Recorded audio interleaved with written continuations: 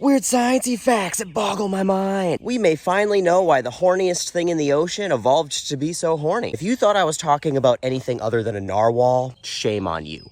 The narwhal is a real-life swimming unicorn, and it's not actually horny at all, it's toothy. Yep, that big unicorn horn is actually its left canine, and for centuries, the reason that they evolved into being this toothicorn has kind of eluded scientists. Could it be for hunting? Could it be for mating? Could it be for fighting off predators? Hard to say, because they live in the Arctic, which is really cold, which makes them hard to study. And then they live underwater, which is also hard to study. And then that water is usually under ice, which makes it even harder to study the already hard to study narwhal. But we have seen them sword fight over territory, so up until a few years ago, we figured that that was like the main reason they evolved into a swimming pushpin. But some studies and observations over the past few years have actually shown that the aquatic lawn dart uses its pokey parts like a Swiss Army knife. Really, to no one's surprise, they do in fact use it for mating. Know what they say about a porpoise with a big tusk. They use it as a probe to probe the water to test salinity and chemical composition. Not like what E.T. does to people from Alabama, which is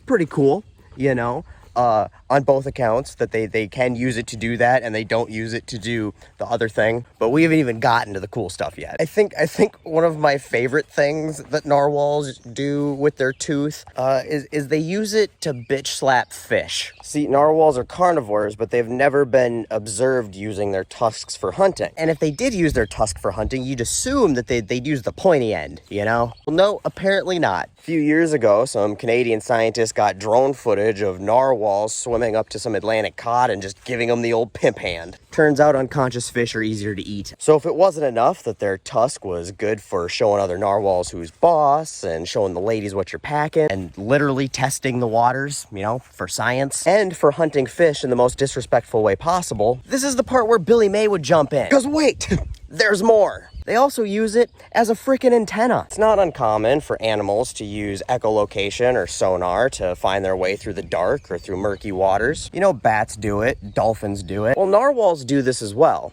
They just do it better than literally any other animal on the planet, because they have a frickin' antenna sticking out of their face. Where other animals spread out their sound for echolocation in all directions, which narwhals can do too, they can also beam their echolocation clicks out the end of their antenna like a frickin' laser beam. Dr. Evil would be proud. And this means that they can see things very precisely over very great distances. And this is what allows them to live in that water that makes them really hard to study, in a place where most other air-breathing animals can't live because, you know, it's covered with ice. Hard to come up for a breath when there's a ceiling on the ocean. So their sonar beam actually allows them to see openings in the ice from miles and miles away where they can swim over and get a breath. While this is probably its most important function, because, you know, breathing is important, that's not the only thing their super spidey sense is good for. It's great for finding fish to go bitch slap as well. And the fact that the real-life unicorn whale is more magical than its mythological equine counterpart, well, that is pretty mind-boggling.